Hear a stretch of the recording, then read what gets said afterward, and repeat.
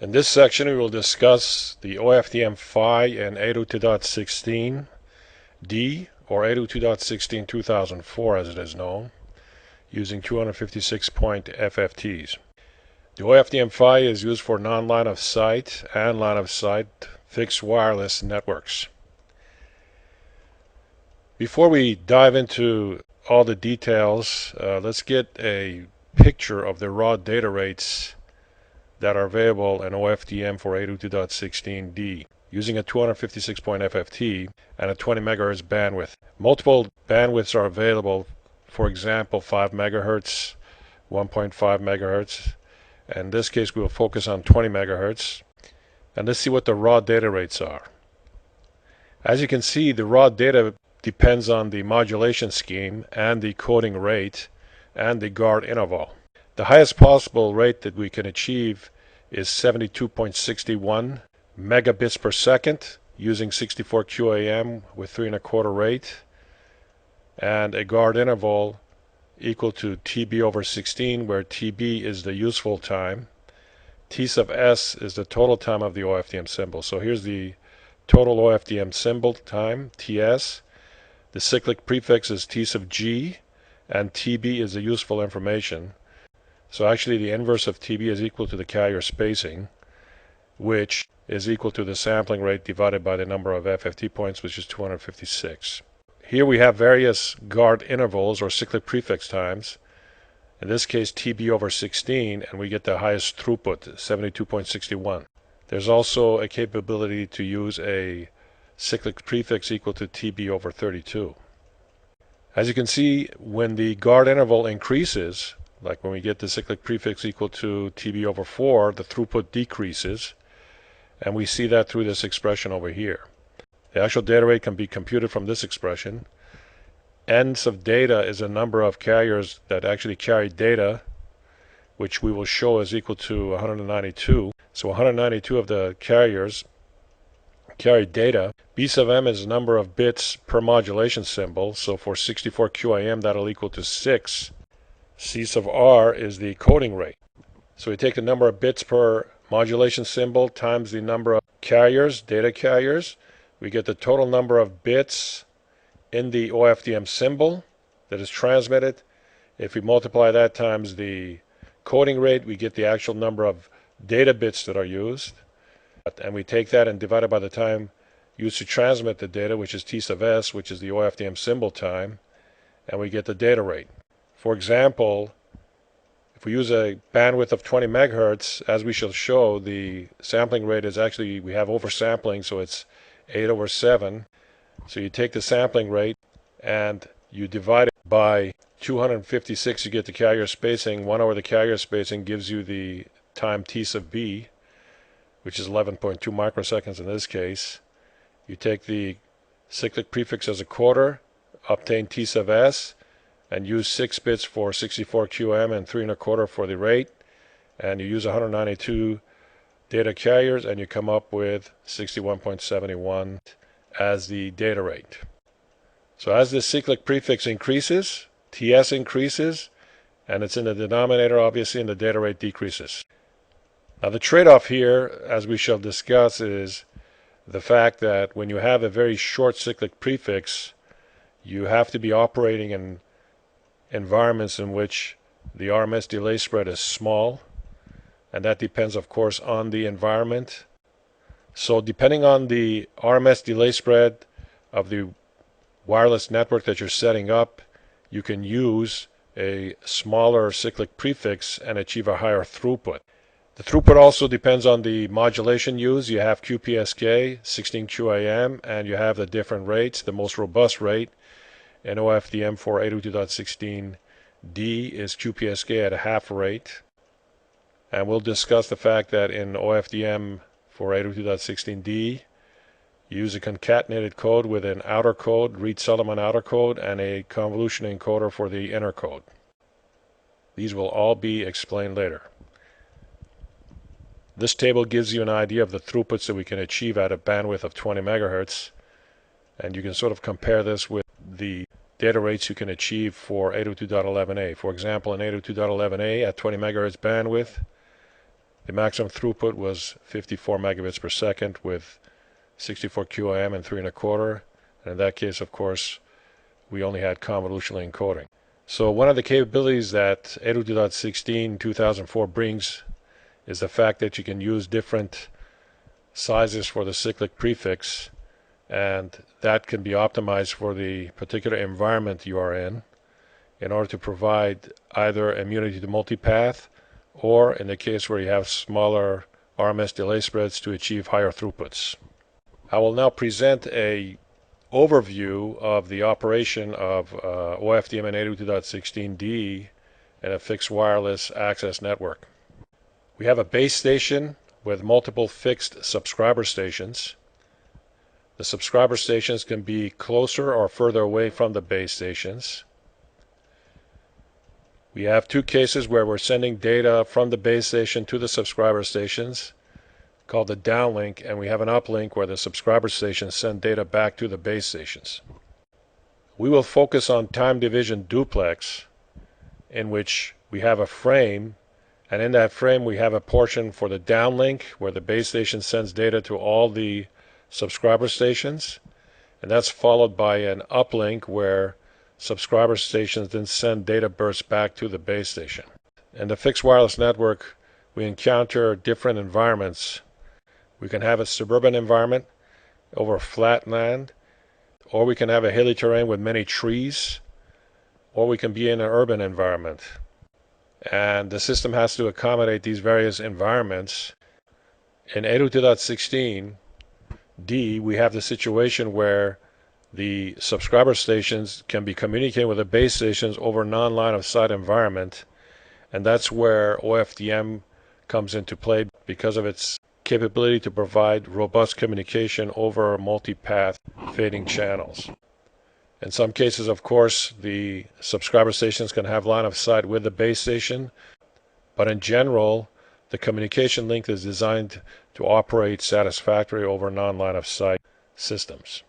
Let's take another look at the situation where we have multiple subscriber stations communicating with a base station. Within a network, subscriber stations can be close to the base station or they can be further away. When a subscriber joins a network called initial registration, the subscriber is always listening for the downlink from the base station, and if it can decode the downlink from the base station, then it can obtain information about what it can do to achieve initial ranging with a base station. During initial ranging, the subscriber station has to go through contention and communicate with the base station and provide the base station with a ranging request, in which case the base station, from the data transmitted from the subscriber station, determines the necessary power adjustment and also the necessary timing offset to program back into the subscriber station. We will describe initial ranging in detail when we discuss OFDMA. Power control is very important in the successful operation of a fixed wireless network. So during initial ranging, the base station will determine from the strength of the received signal from the subscriber station what adjustments need to be made back into the subscriber for it to control its power. So the base station will give a command back to the subscriber station and command it to adjust its power. This is very important in order to achieve a balance between stations that are near and stations that are further away. For example, stations that are nearer will have to reduce their power, whereas stations that are further away may need to boost their power. As I mentioned, we will focus on time division duplex. In time division duplex, during the downlink, data is sent from the base station to multiple subscriber stations. Multiple subscriber stations all receive the same packet from the base station. The packet contains bursts for different subscriber stations, and these are done using time division multiplex, or TDM, during the downlink. In a Tdd frame, you have the downlink portion, and that is followed by an uplink portion, in which the subscribers then send data bursts back to the base station. Now during the downlink, the base station provides a map for the subscriber station such that subscriber stations know what offsets they need to use in order to send their data bursts and how many symbols to use during their data bursts. The uplink data bursts use time division multiple access techniques. Now it is very important for time division multiple access to work during the uplink that the subscriber stations have timing synchronization with the base station. Let's take a look at this paragraph in order to give you the requirements. So all subscriber stations have to acquire and adjust their timing so that when they transmit their data bursts back to the base stations, the OFDM symbols arrive time coincident to the base station to an accuracy of plus and minus 50% of the minimum guard interval or better.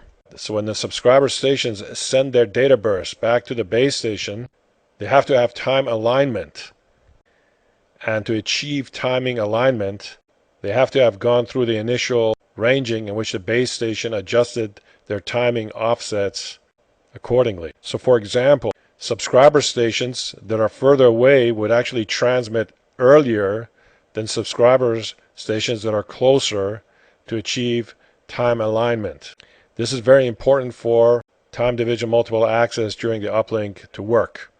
So each subscriber station will be given information on when to transmit and how many symbols to transmit during its data burst back to the base station, and they have to be synchronized with the other subscriber loops because they all operate simultaneously. We'll describe this in detail when we go over the time division duplex frame. In the case of a downlink, every subscriber station has a different multipath environment when communicating with the base station. For example, different subscribers will have different RMS delay spreads and exhibit different multipath environments. Now during the downlink, the base station sends a preamble which is received by all the subscriber stations, so then they can do acquisition and also estimate the channel and do channel equalization, which will match their multipath environment. So the base station sends one preamble preceding the OFDM symbols and the data burst for the subscriber stations. During the uplink, however, each subscriber station sends its data through different multipath environments. Also, each subscriber station can have a different frequency offset with the base station. The base station has to estimate the channel on a per subscriber basis and equalize the channel for that particular subscriber's data burst, and this requires that each subscriber's data burst be preceded by a preamble. So each data burst of a subscriber is preceded by a preamble. We'll show that in the discussion on the Tdd frame. Here we show the block diagram for a subscriber station in 802.16d using 256.FFT. The top block diagram shows the transmitter and the bottom shows the receiver. We will talk about this block diagram often in the presentation. The block diagram is very similar to what you might see in 802.11a. However, in general, in 802.16a and 802.16d, the OFDM implementation is very different, especially in terms of support for time division multiplexing, decoding that in the downstream, receiving data from the base station. You actually process a different preamble than what is transmitted from the subscriber station back to the base station. There is also a lot of issues in terms of timing synchronization, where the timing offset programmed by the base station into the subscriber station has to be used in order to support time division multiple access.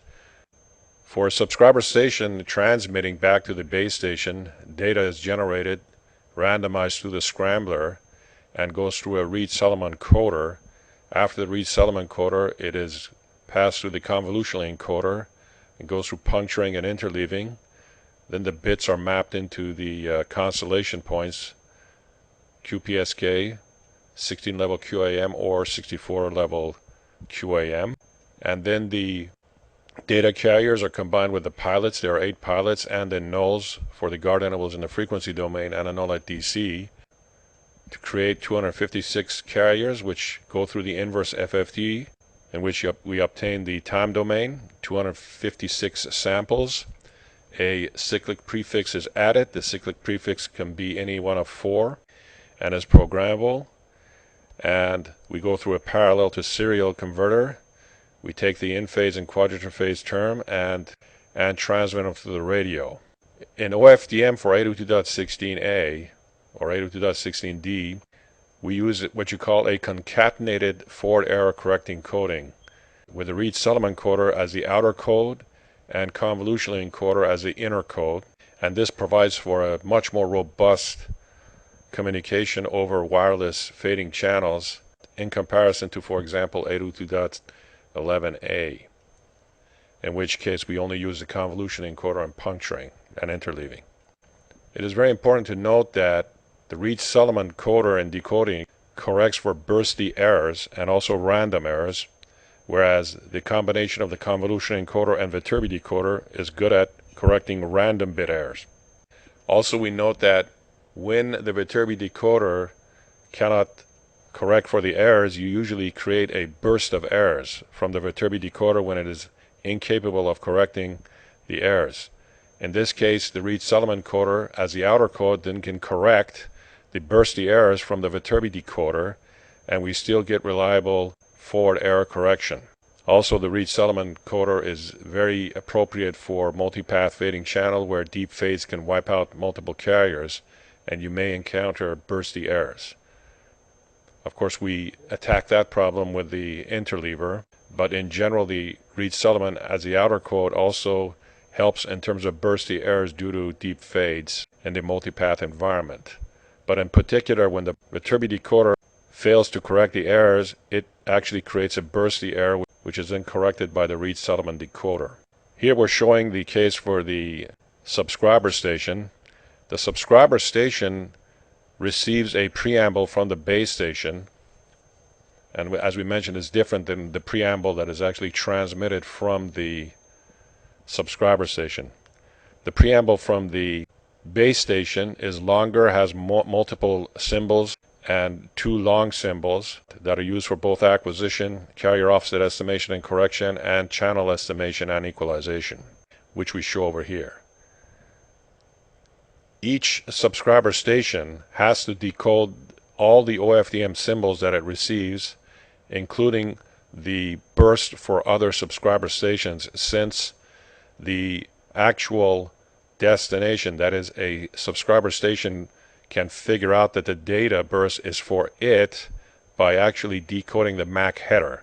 So it has to actually decode all the OFDM symbols, decode the MAC header, and find out that this burst is destined for it, and it has to then decode the data. Apart from that, the subscriber station also has to figure out what the cyclic prefix was used by the base station, as it can vary. For example, it could be 1/16, 1/4 of the useful data area of the symbol.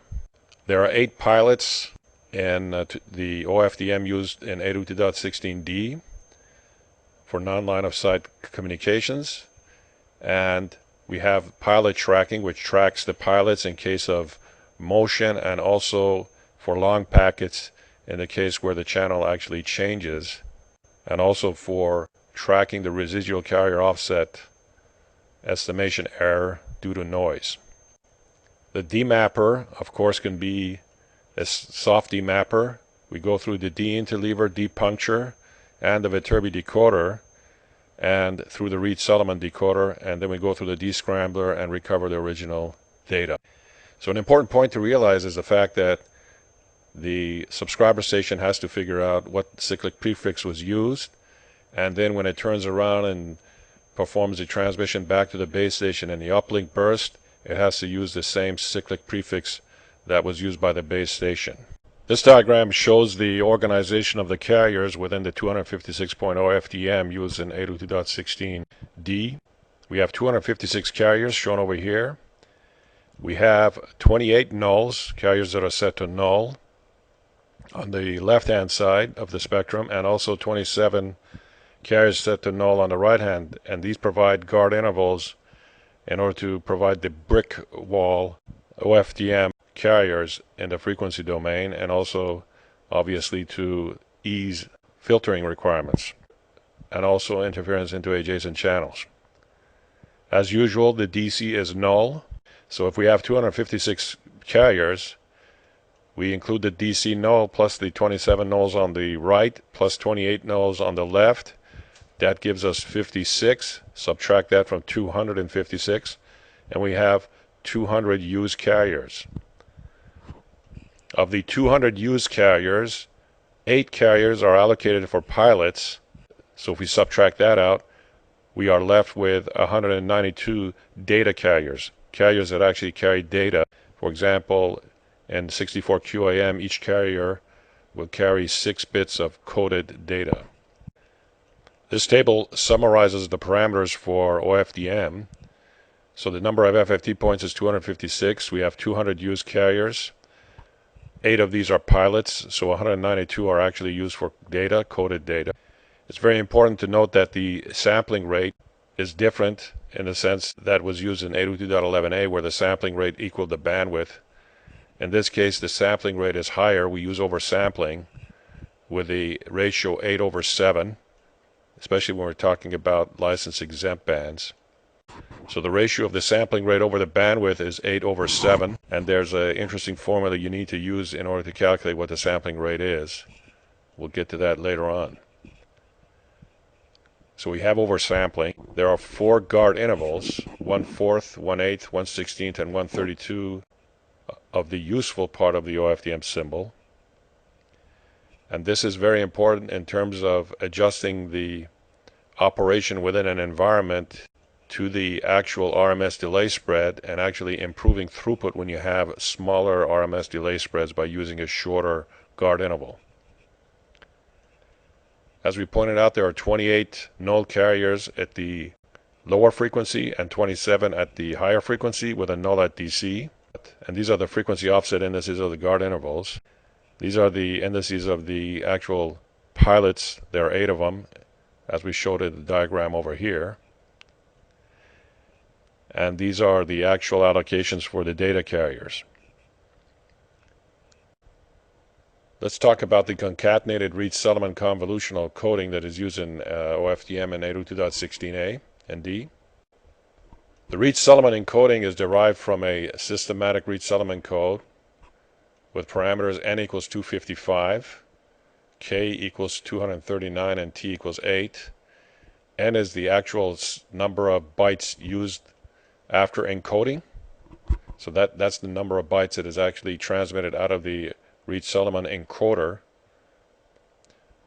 K is the number of information bytes that is used, and the number of redundant bytes is then n minus k, which, as we show over here, 255 minus 239 equals to 16. So 16 bytes are redundant bytes. Together with the Reed-Solomon encoding and decoding, perform error correction. Now it turns out that the number of bytes that could be corrected, whether random or bursty, is t, which is equal to 8, which is half the difference, or half the number of redundant bytes. This is very important. So 2t equals n minus k, and then t is equal to 8 in this case. So the Reed-Solomon coder and decoding process in 802.16d can correct 8 bytes, and these bytes could be either bursty or random. The code generator polynomial is shown over here, as well as the field generator polynomial. The field generator polynomial is also referred to as a prime polynomial over Galois field 2.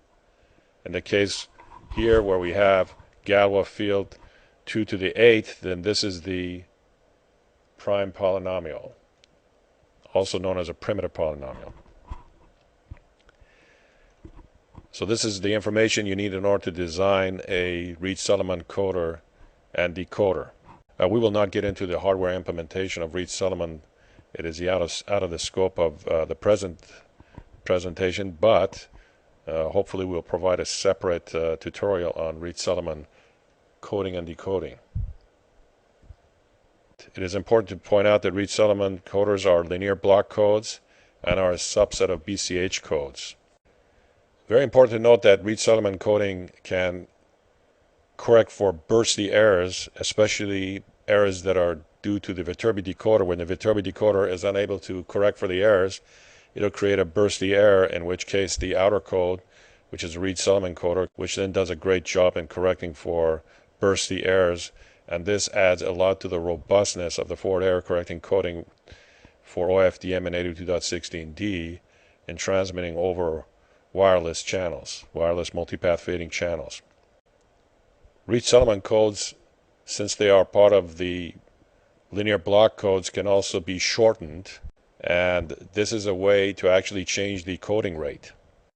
So conceptually, what we do is we take a number of data symbols and set them to 0 at the encoder, and we don't transmit them, and then we reinsert them at the decoder. The best way to show this is through an example. Let's take the case of the Reed-Solomon coder that we use in 802.16d. So we have n is equal to 255 and k is 239. So we can shorten that to a code which is n equal 200 and k equals 184. And we can do that by actually conceptually just sending 184 bytes of data and 55 bytes that are set to 0. But we actually don't send them. So we actually send only 200 bytes instead of 255 bytes. Now at the receiver, we conceptually add the 55 zeros, and then we decode using n equals 255 and k equals 239. So basically by shortening it, we only send 184 data and 16 parity bytes.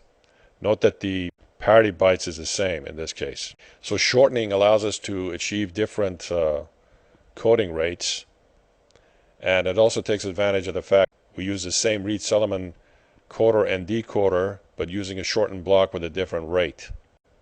We will show how the different rates using shortening are combined with puncturing for the convolutional encoder to achieve the overall rate for OFDM. It's also important to point out that if you view the encoding process using a generator matrix, then shortening is equivalent to reducing both dimensions of the generator matrix by the same amount. So let's go over the example one more time.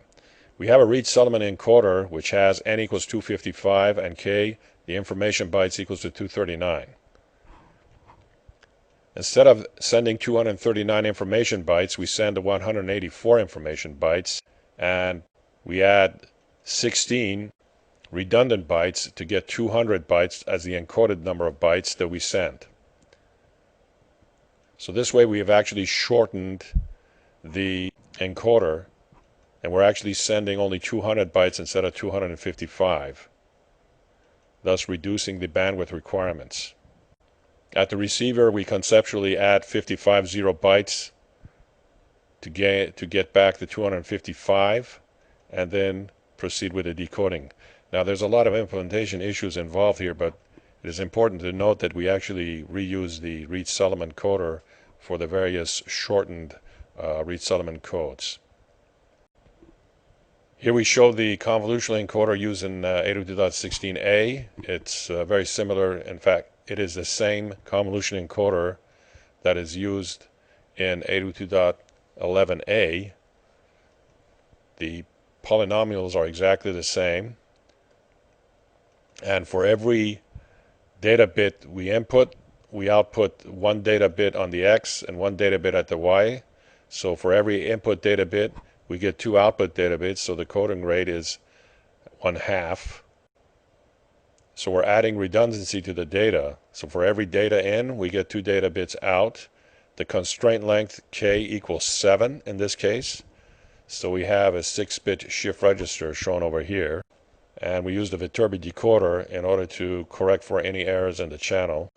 As in 802.11a, we add puncturing in order to change the coding rate.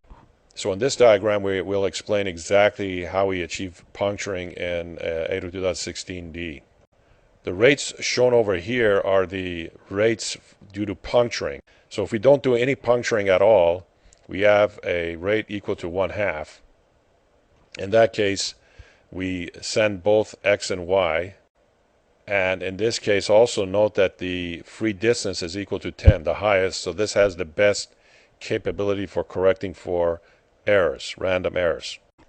So let's take the case where we need a rate of 2/3. If we want to achieve a 2/3 rate due to puncturing, then we need to discard some of the bits at the transmitter. Here we show x and y, which correspond to branches at the output of the convolutional encoder shown over here, x and y, which together form the output bit stream. For every single bit in, we get 2 bits out, shown as x and y. The coding here showing as a 1 and a 0 is to be interpreted as follows. A 1 means that we actually transmit the bit, and a 0 means we discard it. So for a 2/3 rate, what we're doing is we're sending the first bit out of x, then we're sending the y bit, then for the next bit, we're discarding the x bit, but sending the y. So this is shown over here. So we send x1 and y1, which are produced due to 1 bit at the input. The second bit at the input will produce x2 and y2, but we have a 0 at this location here, meaning that we discard x2, so we only send y2. So we send x1, y1, and y2, discarding x2. So for every 2 bits that we input, we output 3 bits, and therefore the rate is 2/3. Let's take a look at the case of 3 1/4. In this case, we show here that we discard x2, and down here we show that we discard y3. So we send x1 and y1, throw away x2, so we only send y2. We send x3 and then discard y3. Also note that in this case, for every 3 bits that we input, we output 4 bits, as you can see over here. In this case, we're inputting 1, 2, 3 bits, but we're only outputting 4 bits. So the rate is 3 1/4. Let's take a look at the case over here. Again, the zeros indicate that we discard it. So for the first input bit, we actually send x1 and y1. For the next bit, we actually discard x2, we send y2. For the third bit, we send x3 but discard y3. For the fourth bit, we discard x4 but send y4. And for the fifth bit, we send x5 but discard y5. So for 5 input bits, we actually output 1, 2, 3, 4, 5, 6 output bits. So the rate is 5 1/6, shown over here. So the rate is 5/6. So this is the scheme that is used for puncturing in order to reduce the rate and achieve different rates. Now it's important to note that there is a price to pay for discarding the bits and performing puncturing at the transmitter. At the receiver, we basically reinsert a 0 for the discarded bits, and the Viterbi decoder is capable enough to actually correct for those discarded bits and recover the original bit stream. Now, a price to pay is the fact that the free distance decreases. So the more the puncturing, then the free distance becomes less and less. And puncturing is usually used where we have higher signal-to-noise ratios. So we take advantage of the fact that we have a higher signal-to-noise ratio in order to transmit at a higher throughput using puncturing rather than sending full redundancy like in the case of a half rate. So it allows the flexibility to have higher throughput when the signal-noise ratio is high enough. But as you can see, the price to pay is the error correction capability of the Viterbi decoder, given that the fact that the punctured bits are actually viewed as random errors. But the Viterbi decoder is quite capable of correcting for them, and you can see that the free distance is still large. Now in 802.16a, we indicated that we have a concatenated coding scheme in which the Reed-Solomon encoder forms the outer code and the convolution encoder forms the inner code. So the overall rate is based on the combination of the Reed-Solomon encoder and the convolutional encoder. So let's take a look at a case where we're looking at 64 QAM modulation, and the overall rate, coding rate, is 3 1/4. That's the overall rate, which includes Reed-Solomon and convolutional encoder with puncturing. So over here we show the rate due to the convolutional coding with puncturing, which is 5/6. Now if we look at the Reed-Solomon code using shortened codes, we see that we are using 108 information bytes and we're producing 120 encoded bytes. So in this case t equals 6 and we are using 2 times t equals 12 bytes, 12 redundant bytes. So if you add 12 to 108 you get 120. So we can actually correct 6 bytes of random or bursty error. So the rate in this case is we divide 108 by 120 and it becomes 9/10. Then if you multiply 9/10 coding rate by 5/6 due to convolutional encoder and the puncturing, then you get an overall rate of 3 1/4. So this is the overall rate used in OFDM for 64 QAM. You can also use 2/3 rate. So this is a very important table in order to design the OFDM system achieving a target rate. And you can see how we use both shortened Reed-Solomon codes and also puncturing with convolution encoding to achieve the overall rate. Here we show the constellations used in OFDM and 802.16a or D. We have the 4-point constellation for QPSK. We have 16 QAM and of course 64 level QAM shown over here. In the case of 64, every point in the constellation, which we can interpret as a complex number and is associated with a carrier, each has 6 bits. In the case of 16 level QAM, each symbol has 4 bits. And of course, in the case of QPSK, each symbol carries 2 bits. The rate ID that is used in the frame control header is shown over here, which is actually 4 bits. So we have 16 possibilities. 0 for QPSK at half rate, 1 for QPSK at 3/4 rate, and so forth. For rate ID equals to 5 corresponds to 64 QAM with the overall coding rate of 3 1/4. So this is actually sent by the frame control header in the downlink from the base station to the subscriber stations, and based on obtaining the rate ID, then they would know what modulation was used for the OFDM symbols. As in the case of 802.11a, pilots that are transmitted have to change on a per symbol basis based on a pseudo-random bit sequence which is generated using the circuit shown over here, where you initialize the feedback circuit and then you generate a pseudo-random bit stream which is then used as weights for each pilot on a symbol per symbol basis. Very similar to the case that was used in 802.11a. This is necessary so that the pilots are actually randomized and so that they don't have strong spectral lines in the transmit spectrum. At the receiver, you just multiply times the same sequence, and recall that when you multiply, you're actually multiplying plus ones and minus ones corresponding to zeros and ones, and you actually get a 1, and the pilots then can be tracked at the receiver. Very similar to what we discussed in 802.11a. Now here we describe the Downlink Preamble. So this is the preamble that is used when the base station transmits to the subscriber stations, and it is a very long preamble so that all subscriber stations can actually process it and achieve acquisition, carrier offset estimation and correction, timing offset estimation and correction, and synchronization, and also channel estimation and equalization. The cyclic prefix or guard interval varies. You can have 4 possible guard intervals. T sub b is actually, in this case, T sub b in this case is viewed as 4 64 sample symbols that are all repeated.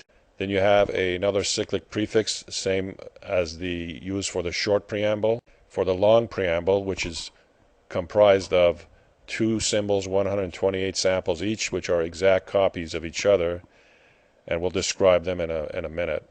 So this is the actual preamble that the subscriber stations use in order to achieve acquisition, channel equalization, and carrier offset estimation and correction, and timing synchronization.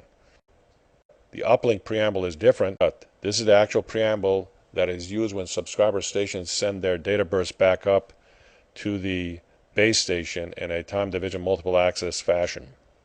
In this case, you have the cyclic prefix, and it has to be the same cyclic prefix that was used by the base station during the downlink. And you have two symbols, each 128 samples, which are replicas of each other. And the base station then is able to estimate the channel and equalize the channel per subscriber, because every subscriber sends its data burst preceded by this preamble, so that the base station can estimate the channel associated with that subscriber's multipath environment back to the base station, and also to do carrier offset estimation and correction for that particular subscriber. This will be explained later. If we go back to the 4x64 sequence for the downlink preamble, then that sequence is generated by actually taking the inverse Fourier transform of the frequency domain sequence shown over here. Notice that we have 200 total, including a 0 at DC. So if we take the inverse Fourier transform, which is 4x64, which is 256 samples corresponding to the 4x64 sequence. So this is how you would generate it. Plug this into the inverse FFT, include the zeros and nulls at the left and right guard intervals, and you'll get the 4x64 sequence. Next, we describe how you obtain the two 128 sample sequences shown over here, and also shown in the downlink preamble. In this case, we actually have just real samples in the frequency domain, and they follow a 1, 0, -1 pattern. The idea is to, of course, have a magnitude equal to 1 in order to do channel estimation. However, note that we have nulls, so we don't have all 256 carriers, we only have 128. So we will need to do actually interpolation between the points in order to estimate the channel frequency response for the cases where we have a 0. So by using interpolation, we can actually reduce the overhead of the training sequence, the long training sequence used for channel estimation and equalization. A few more notes about the downlink and uplink preamble. First of all, the downlink preamble is also referred to as the long preamble. The long preamble is also used by subscriber stations when they send during contention in the ranging slots for initial ranging and also for bandwidth requests. So the substations send a long preamble with one OFDM symbol in order to do initial ranging. Otherwise, in uplink data burst, the short preamble or uplink preamble is used. Also like to point out that the length of the downlink preamble is 2 OFDM symbols, and that's very important. So the cyclic prefix and the 256 samples forms the same length as one OFDM symbol. The same is true of the uplink preamble. We will focus on time division duplex and the Tdd frame structure in 802.16a, or D for that matter, and describe in detail the frame structure. In TDD we have multiple frames as shown over here, and each frame consists of a downlink subframe and an uplink subframe. In the downlink subframe, the base station sends a packet to the subscriber stations, and as we'll describe, the downlink subframe also has data bursts for individual subscribers. During the uplink subframe, the subscriber stations simultaneously send their data burst back to the base station using TDMA. At the downlink, the substation data bursts are arranged in a TDM or time division multiplex arrangement. Each frame is then followed by another frame, which consists of a downlink subframe followed by an uplink subframe. During the downlink subframe, the base station is in transmit mode, and after the downlink subframe, there is a gap called the transmit to receive transition gap, shown over here, in which time the base station switches from transmit mode to receive mode. The TTG, or the TTG, has to be in multiples of the physical slot. The physical slot is also defined in terms of sample time. For example, 4 sample times, where sample time is 1 over the sampling rate. And the TTG, and as we'll describe the RTG, have to be at least 5 microseconds minimum. And they have to be on a physical slot boundary. Once the base station receives the data burst from the subscriber stations, and the next frame it switches back into transmit mode, so you have the RTG, or receive to transmit, transition gap. So in this way, frame after frame, data is exchanged between the base station and the subscriber stations. Subscriber stations receiving data and also transmitting data back to the base station. Here we focus on the downlink subframe. The downlink subframe is broken up into these divisions. One is the preamble, which is a long preamble that is used by the base station, transmissions to the subscriber stations. So this is using the long preamble that we described before.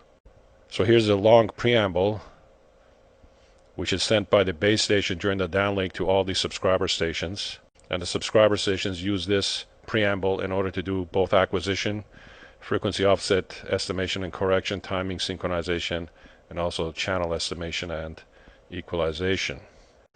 Following the preamble is the FCH, or frame control header. And the frame control header has different parts. Very important part is the downlink frame prefix. And the downlink frame prefix contains a rate ID, which is 4 bits, so you have 16 possible rates. The rates are shown in this table over here. So the rate ID can range from 0 to 15, 16 possibilities. And 0 is, of course, for half rate QPSK, and that's the most robust rate available. And then, of course, we can go all the way up to 64 QAM with 3 1/4 rate. The length is 12 bits, maximum of 2 to the 12 or 4096, and a minimum of 6, which defines the number of OFDM symbols that follow the FCH burst. So it's the number of symbols following the FCH burst. And this is very important, the header check sequence, which is 8 bits long, and this is used in order to detect errors in the decoding of the downlink frame prefix. And this is a great improvement over, for example, 802.11a, where you use 1 parity bit. So the 8 bits are used and can be checked in order to determine whether an error has occurred in the downlink frame prefix. In the case of an error, of course, we discard the whole downlink subframe. That is, a subscriber station just discards the whole frame. The downlink frame prefix is then followed by the DCD, UCD, and maps. The map determines how the data bursts are to be arranged in the uplink from the subscriber stations, and you have padding. So the FCH is then followed by downlink data bursts that are addressed to individual subscriber stations. So you have downlink burst number 1 through burst number M. Now, a few very important points about the downlink bursts. If we look at the downlink bursts that are addressed to different subscriber stations, it's very important to note that each downlink burst contains a MAC header, and the subscriber station's recipient is identified in the header, and that is a very important point. So every subscriber has to decode all the OFDM symbols after the FCH and decode the MAC header in order to identify whether that data burst is for it or not. So every subscriber station has to decode all the downlink bursts, look into the MAC header, and see if the data burst is addressed to the individual subscriber station. This is a very important point. So the downlink subframe contains all the data bursts for the individual subscriber stations. And after the downlink subframe, there's the TTG, in which during this transition, this gap, the base station transitions from transmit mode into receive mode, and the subscriber stations start sending their data bursts back to the base station. If we look at the uplink subframe, it is arranged as follows. We have the contention slot for initial ranging and a contention slot for bandwidth requests, followed by the uplink bursts from the subscriber stations. So we have the data bursts from the subscriber stations shown here as K through N, and the arrangement of the data burst for the subscriber stations back to the base station is determined by the map in the uplink, as shown over here. It is determined by the map in the downlink subframe. So the map here determines the arrangement of the data burst for the individual subscriber stations. So when the subscriber stations decode the map, they will know the arrangement that they have to follow in terms of sending back their data burst to the base station. Let's focus on the data burst first, and we'll come back to the contention slots. So the uplink data burst from the subscriber stations is arranged as follows. The first part is the preamble, and here we use the short preamble. Here's the short preamble that is used in the uplink preamble. So its size is 1 OFDM symbol, 256 samples preceded by the cyclic prefix, which can be variable. Now the cyclic prefix that is used in the uplink preamble has to be the same cyclic prefix that was used by the base station in the downlink. So the subscriber stations determine what the cyclic prefix was in the downlink from the base station and use the same cyclic prefix size in the uplink data burst. Following the preamble, we have the uplink burst, which is defined as a number of OFDM symbols carrying a burst of data from the subscriber stations back to the base station. So we show the data burst substation K through N over here, going back to the base station from individual subscriber stations. Now, this is very important to note that the subscriber stations transmit simultaneously back into the base station, but they have to transmit in their allocated time slots as shown here, and these are defined by the map that was decoded from the downlink subframe. And when the subscriber stations send their bursts back to the base station, the error in timing is a maximum 50% of the cyclic prefix or better, or it has to be less. That implies that the synchronization has been achieved, and each individual subscriber station has a timing offset set by the base station so that it can have time alignment when it sends its data back to the base station during the uplink subframe. Also, it's very important to note that every uplink data burst from the subscriber stations has its own individual preamble, because each individual substation will have a different multipath environment and channel back to the base station that differs between substation to substation. This way, the base station can use the preamble in order to estimate the channel and equalize the channel for the individual subscriber stations. The contention slot is set aside for initial ranging, and there's a contention slot for bandwidth requests. Basically, when a subscriber station joins a network, it receives the downlink subframe from the base station, and of course it can, for example, decode the packet and figure out from the long preamble what the cyclic prefix is. And each contention slot then actually uses a long preamble. So this is very important. Every substation that wants to send data back during initialization, during initial ranging, has to send data back to the base station. Will do contention to fight for a slot in this range here and send a long preamble followed by one OFDM symbol back to the base station. So unlike the case where in the data burst you use a short preamble or an uplink preamble for the data burst from the individual subscriber stations, for initial ranging you actually use a long preamble followed by one OFDM symbol.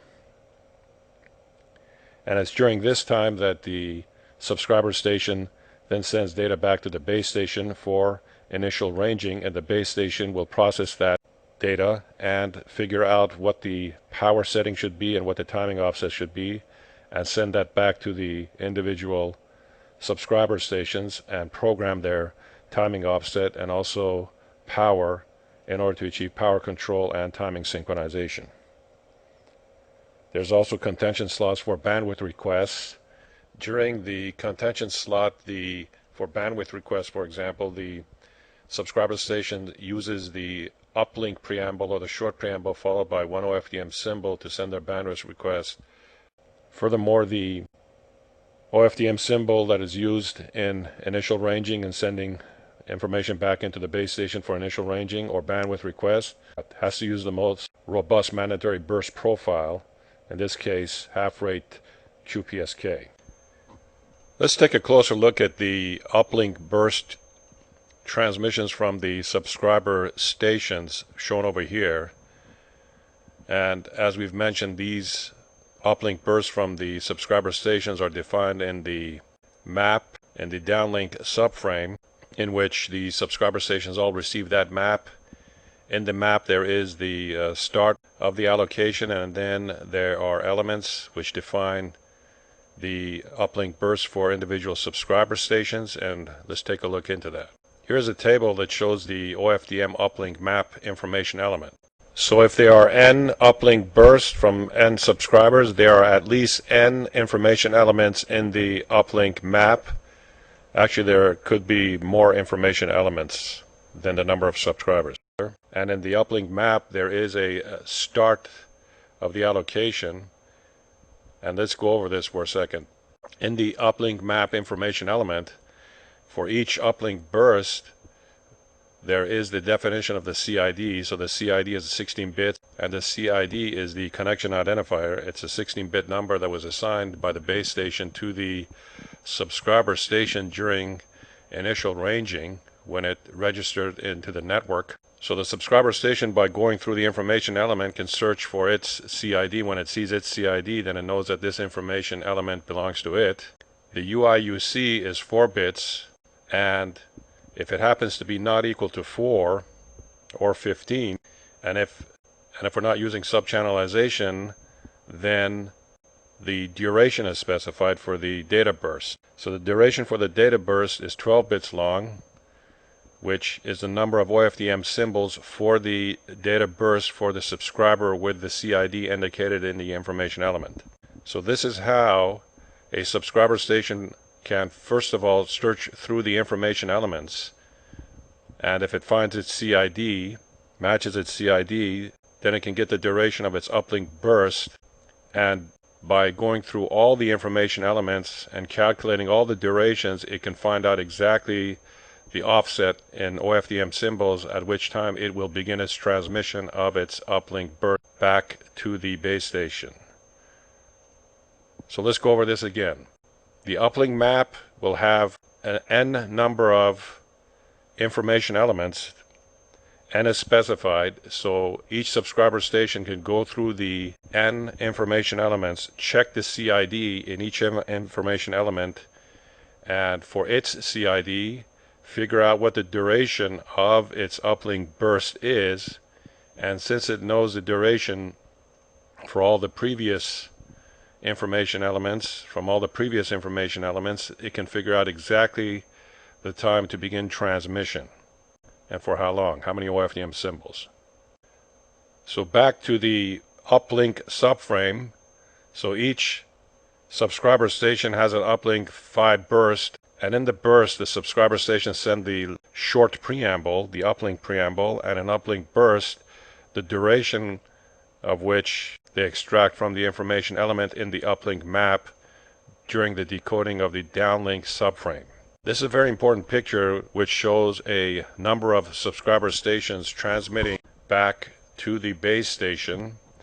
Each subscriber station transmits in parallel back to the base station, and each transmits in such a way that at the base station its uplink burst is received in its allocation.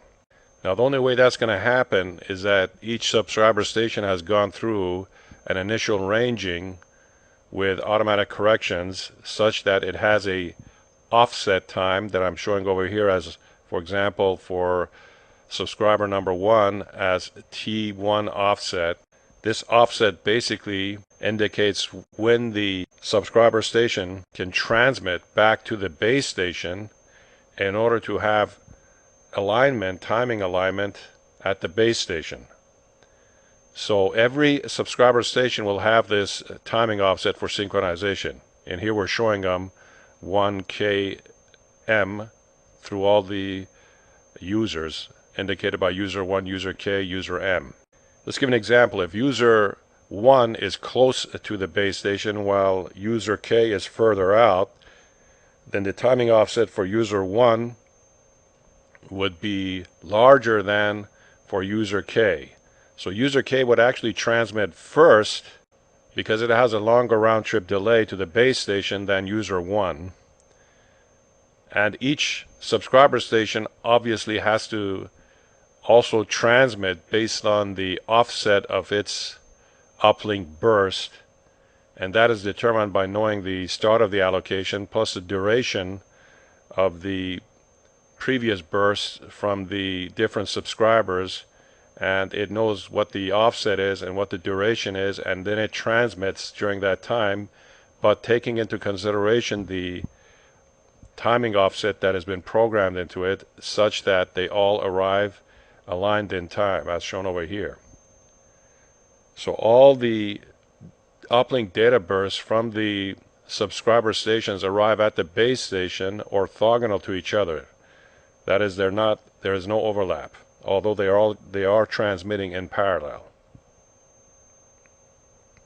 So that's what's shown over here. We have uplink burst I, J, K, and the error here can be within the guard interval as we've indicated before, and there is some tolerance for error within the guard interval, which is very small. One other thing that we show over here is that as the uplink bursts are received by the base station has already gone through a power control mechanism during the initial ranging and also further adjustments such that all the users' powers are adjusted and no user, for example, dominates. So for example, if there's a subscriber station that is closer to the base station, then it transmits at a lower power than, for example, a subscriber station that is much further away from the base station. And there is a balance in the power received by all the individual subscriber stations because of the power control mechanism. As shown over here, each subscriber station goes through a different multipath environment back to the base station. And since each uplink burst uses a uplink preamble, the short preamble, then the base station can use that preamble in order to estimate the channel response for that subscriber station and equalize and compensate for the channel distortions. So the base station can equalize the channel on an individual subscriber basis. Also like to point out that all the inverse FFTs are carried out with a 256-point FFT in IEEE 802.16-2004. We also indicate that each subscriber station has been allocated a CID, and the CIDs are all unique, and they're a 16-bit identifier. Let's go take a look at how each subscriber station gets a CID in the first place. So when a subscriber station wants to re-register or register for the first time on a network, then it listens for the downlink subframe from the base station, and it decodes the downlink subframe and examines the uplink map, and from the uplink map it can determine, for example, the contention slots for initial ranging and the contention slots for bandwidth requests. The initial ranging contention slot is where a subscriber station can actually use to transmit back to the base station, and if it's initial ranging or during registration, the subscriber station actually sends back to the base station a long preamble along with one OFDM symbol, and in that OFDM symbol it sends back its 48-bit MAC address And if the base station receives the ranging request from the subscriber, then it is able to decode the MAC address for the subscribing station, and in the next downlink subframe it will send back a range request response back to the subscriber station, and in that range request response it will indicate the MAC address that was initially sent by the subscriber station. So if the subscriber station's MAC address, the 48-bit MAC address, matches that MAC address in the range request response, then the subscriber knows that the request response is for it, and from it it determines its new CID that has been allocated to it by the base station. So now the subscriber station will know its CID, and therefore when it decodes the information elements in the uplink map, it can figure out what its allocation is, what the duration of OFDM symbols it has in order to send an uplink data burst. During initial ranging, there's also a coarse timing synchronization and power adjustment that is sent by the base station back to the subscriber stations, and then through a number of iterations these are fine-tuned in order to get the correct timing synchronization and power control. There's a number of other issues that we need to talk about in terms of the initial ranging, and that is as follows. When a subscriber station joins a network, it starts a contention in order to get access during the initial ranging, and that is done by using a exponential backoff, and it's a random access mechanism in which the base station sends a initial window, and the subscriber station basically selects a random number within that window and defers until that random number. This is similar to an Ethernet style access. It gains access to a slot and then transmits its long preamble with OFDM symbol back to the base station, in which it performs an initial range request. Now, this is a very important point. When the subscriber station does that, it sends its request back to the base station with the lowest power. If it does not hear back from the base station with a range response when it decodes the downlink subframe, then it increments its power and sends the request again. It does this until it gets a response back from the base station in terms of a range request response, and goes through the whole adjustment of its power, its timing offset synchronization, and also it gets its CID that has been allocated by the base station, and it sets its CID accordingly. And then all communication with the base station will use that CID. If its power exceeds the maximum power, it'll wrap back down to the minimum power and start incrementing from the minimum power. We've also mentioned before that the bandwidth requests use the same preamble as used in the Uplink Burst, which is the short preamble. Here we show the arrangement of the downlink frame prefix, which has a rate ID, which we indicated was 4 bits, and a length, which is the number of OFDM symbols that follows the FCH burst, and there can be a total of 2 to the 12 or 4096 OFDM symbols. The HCH, which is 8 bits, is the header check sequence, and it has a generator polynomial shown over here. It's like a cyclic redundancy check, and it is used in order to determine whether the rate ID and length is received without error. If the HCS fails, then the whole packet has to be discarded. Here we show the rate IDs as we indicated before. So to summarize, here we show the base station with individual subscribers. In time division duplex, we have a frame, and the frame is comprised of a subframe called the downlink subframe and an uplink subframe. During the downlink subframe, the base station sends data to individual subscriber stations using time division multiplex, as indicated. Each subscriber station has to decode every OFDM symbol and figure out the MAC header, and from the MAC header we'll then find out that the data burst is targeted toward it using the identification and the MAC header, and then it would receive its data, but it has to process all the OFDM symbols in order to go through the MAC headers. During the downlink, the base station uses the long preamble so that all subscriber stations use a long preamble in which they can do acquisition and channel estimation and equalization. Also during the downlink, the rate and total length in OFDM symbols is indicated in the FCH, which in our case is sent with half rate QPSK, the most robust and reliable burst profile, and again, as we pointed out, half rate QPSK, so that all subscriber stations can decode it. The downlink also contains a map which the subscriber stations receive, and based on that, they configure their uplink data bursts. So following the downlink, we have a transition from transmitting to receiving in the base station.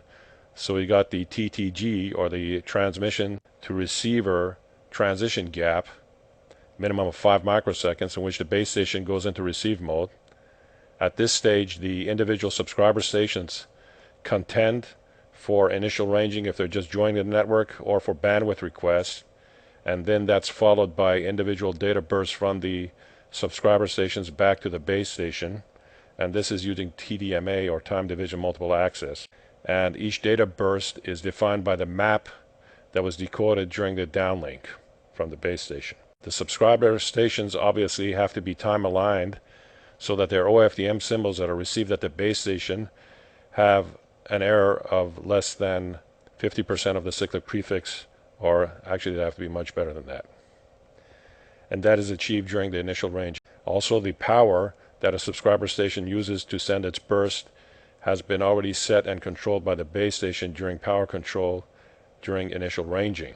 Subscriber stations also use a preamble for every data burst so that the base station can estimate the channel and equalize the channel for individual subscriber stations. Each individual subscriber station has a different multipath channel to the base station.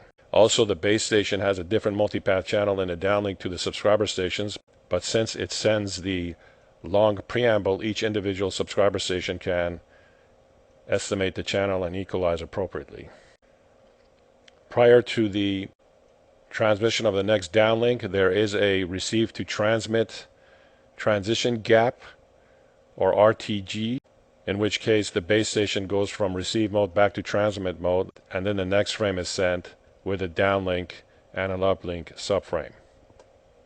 This is a very important table for the sensitivity for 256-point FFT OFDM in 802.16a or 802.16d. Now, the minimum input level sensitivity is specified in terms of achieving a bit error rate of 10 to the minus 6, and the power levels shown in the table correspond to the power levels at the input to the antenna and are in dBm. We see that at the highest rate of achieved with 20 megahertz bandwidth at 64 QAM with a 3 1/4 coding rate, that the sensitivity is at minus 65 dBm. And as we use QPSK at half rate, we can increase the sensitivity and achieve a higher range, but at a lower throughput. So we trade off throughput for range in this case.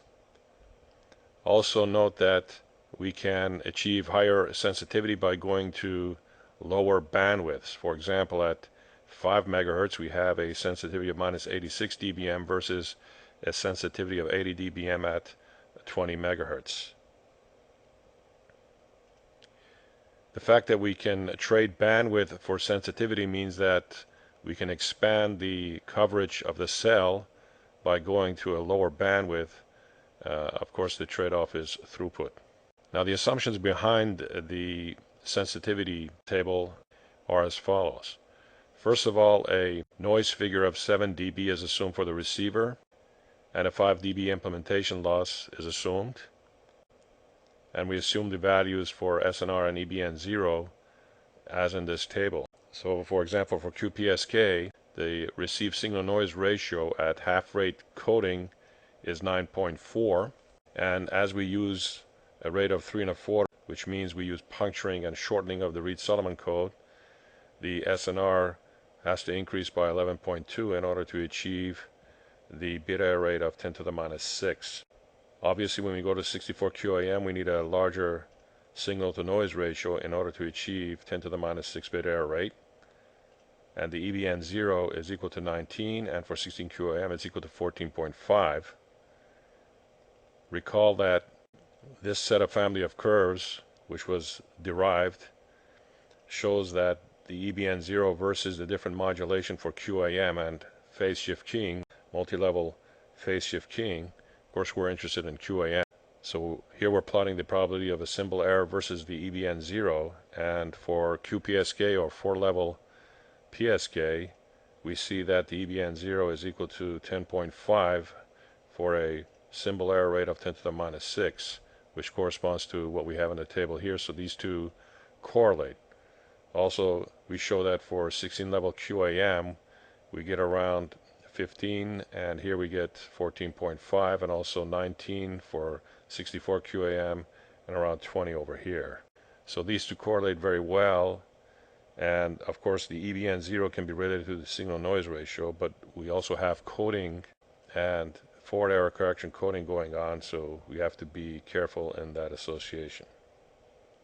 So this is a very important table in terms of link budget analysis and design. So for the different coding rates and modulation schemes, we know what the required signal to noise ratio is in order to achieve the required sensitivity. Now, in a separate presentation, we go into detail as to how to relate the signal noise ratio to EBN0, and also from the sensitivity requirements to derive the signal noise ratio at the input to the analog to digital converter. So I will refer you to those presentations. So this is a very important table in terms of overall system design. Typically in an actual implementation, vendors would try to outdo the performance in this table and beat the sensitivity by quite a bit more margin. So this table shows that we have to reject the adjacent channel, in this case 11 dB, and still meet the sensitivity requirements. And we see that for 64 QAM, the adjacent channel it has to be around 4 dB rejection versus 11 dB, because we can tolerate more for 16 QAM.